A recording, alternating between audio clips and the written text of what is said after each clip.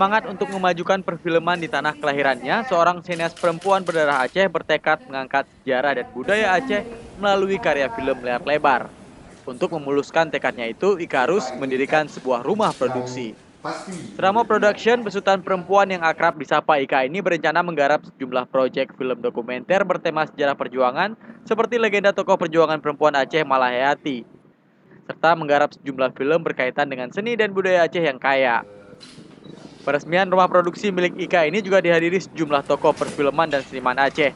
Hadir diantaranya produser film Cut Nyak Alwin Abdullah, dan produser sinetron komedi situasi Kopaja, Irwan Johan. Keduanya mendukung upaya yang akan dilakukan Putri Aceh ini. Bahasa Aceh.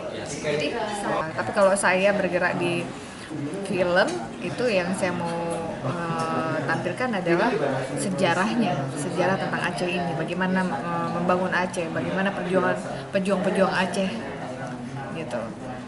Satu hal, Malahayati ini tidak pernah terdengar oleh banyak orang, padahal beliau adalah pahlawan yang luar biasa ya, yang memperjuangkan hidup wanita. Itu motivasiku. Tiba-tiba aku tergerak aja hati pengen membuat satu film tentang perjuangan wanita Aceh.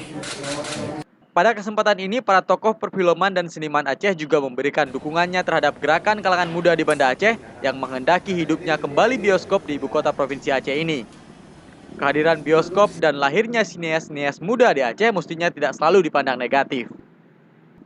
Dari Banda Aceh, Raja Muda, Taufik Lana melaporkan untuk Aceh Video.